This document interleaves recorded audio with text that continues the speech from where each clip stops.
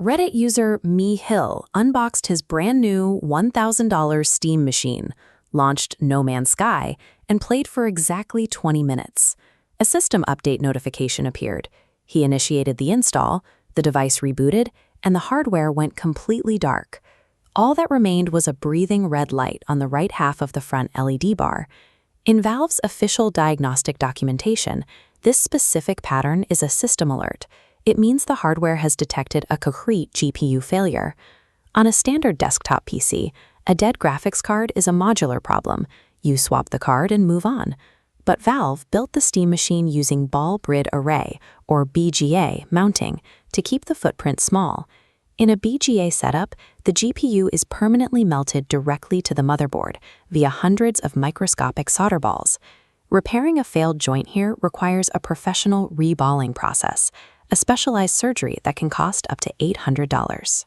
This specific LED code effectively signals that the internal heart of the machine is fused and broken, turning a premium investment into an unrepairable paperweight. This visual triggered an immediate reaction from a generation of gamers who lived through the Xbox 360 era. Between 2005 and 2009, millions of Microsoft's consoles self-destructed due to a catastrophe known as the Red Ring of Death. The surface-level similarities are striking. Both machines utilize red visual error codes to communicate catastrophic, unrepairable failures of the motherboard and GPU connections.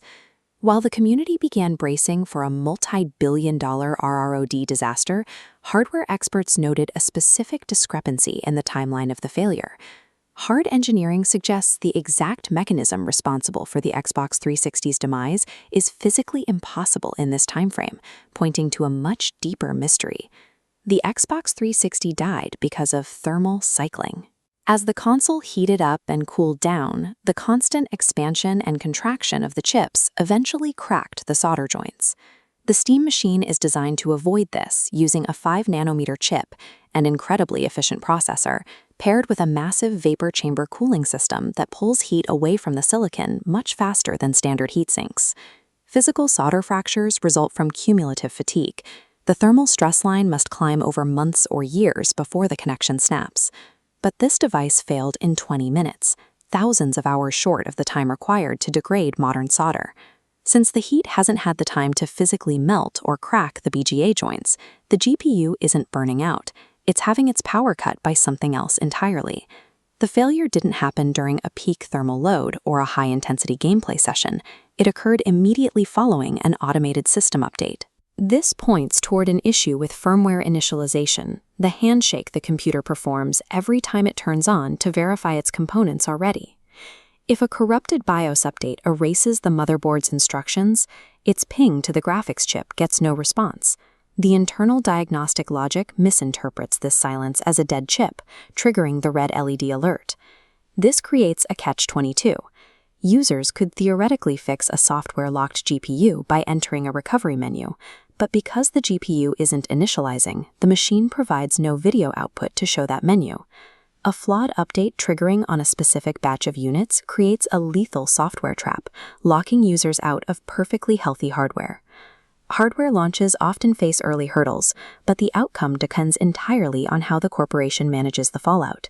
For 2 years, Microsoft denied there was a systematic problem with the Xbox 360. That defensive posture led to lawsuits and eventually cost the company $3.8 billion to rectify the brand damage.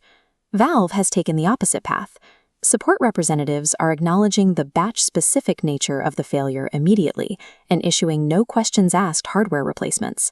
Despite this proactive support, social media algorithms have turned a handful of isolated reports into panic bait videos that garner millions of views. The viral spread of collective anxiety, fueled by years of unresolved console launch trauma, creates a public perception crisis that currently outpaces the technical reality. When we examine the broader data, the Steam machine appears well-designed and safe for the majority of users. New buyers should maximize their protection by purchasing through retailers with established return windows and warranty desks. Stress testing the hardware during that first week is the best way to ensure you aren't part of the affected batch.